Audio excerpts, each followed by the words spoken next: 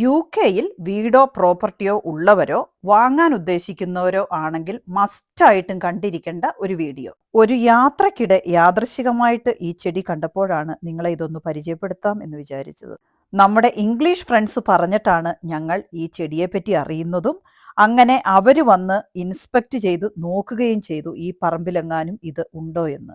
വർഷങ്ങൾക്ക് മുമ്പ് ഞങ്ങൾ രണ്ടാമത്തെ വീട് വാങ്ങാൻ നേരം എന്നെ പോലെയുള്ള ചെടിഭ്രാന്തികളൊക്കെ ആണെങ്കിൽ ഇത് നല്ല ചെടിയാന്നോർത്തുകൊണ്ട് പറിച്ചുകൊണ്ട് വീട്ടിൽ കൊണ്ടുവെക്കും. അതേപോലെ മനോഹരമായ വെള്ള പൂക്കൾ നിറഞ്ഞ ചെടി, മുളയുടെ പോലത്തെ കമ്പുകൾ, ഹൃദയാകൃതിയിലുള്ള മനോഹരമായ ഇല. പക്ഷേ അത്യന്തം അപകടകാരികളാണ് ഈ ചെടികൾ. ഈ വില്ലത്തിയുടെ പേരാണ് ജാപ്പനീസ് നോട്ട്വീഡ്. വീടിന്റെ ഫൗണ്ടേഷൻ, മതിൽ, ഡ്രെയിനേജ് പൈപ്പ് എന്നിവയെപ്പോലും പൊട്ടിച്ചു കളയും.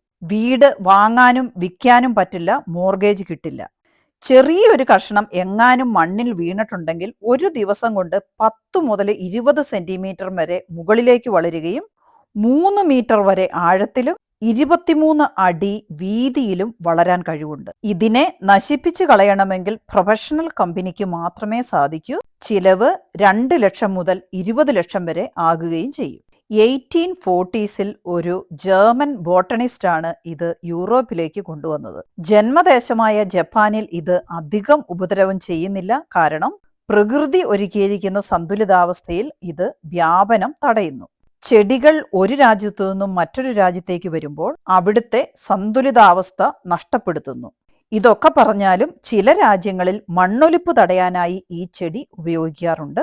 വീട് വാങ്ങാൻ പോകുന്നവർ ഈ ചെടി ഉണ്ടോ എന്ന് സൂക്ഷിച്ചു നോക്കുക. എങ്ങാനും ഇത് കണ്ടിട്ടുണ്ടെങ്കിൽ ഉടനെ തന്നെ റിമൂവൽ കമ്പനിയെ വിളിക്കുകയും ചെയ്യുക. ഓരോ രാജ്യത്തെയും ഭൂപ്രകൃതിക്കും അനിവാര്യതയ്ക്കും അനുസരിച്ചാണ് ഓരോ ചെടികളും രൂപപ്പെടുന്നത്. മറ്റു രാജ്യങ്ങളിലേക്ക് ഇമ്പോർട്ട് ചെയ്യുമ്പോൾ അവിടെ അത് ചിലപ്പോൾ ഇൻവേസീവായിട്ട് വളർന്നെന്നിരിക്കും. എല്ലാ ചെടികളും എല്ലായിടത്തും നല്ലതല്ല.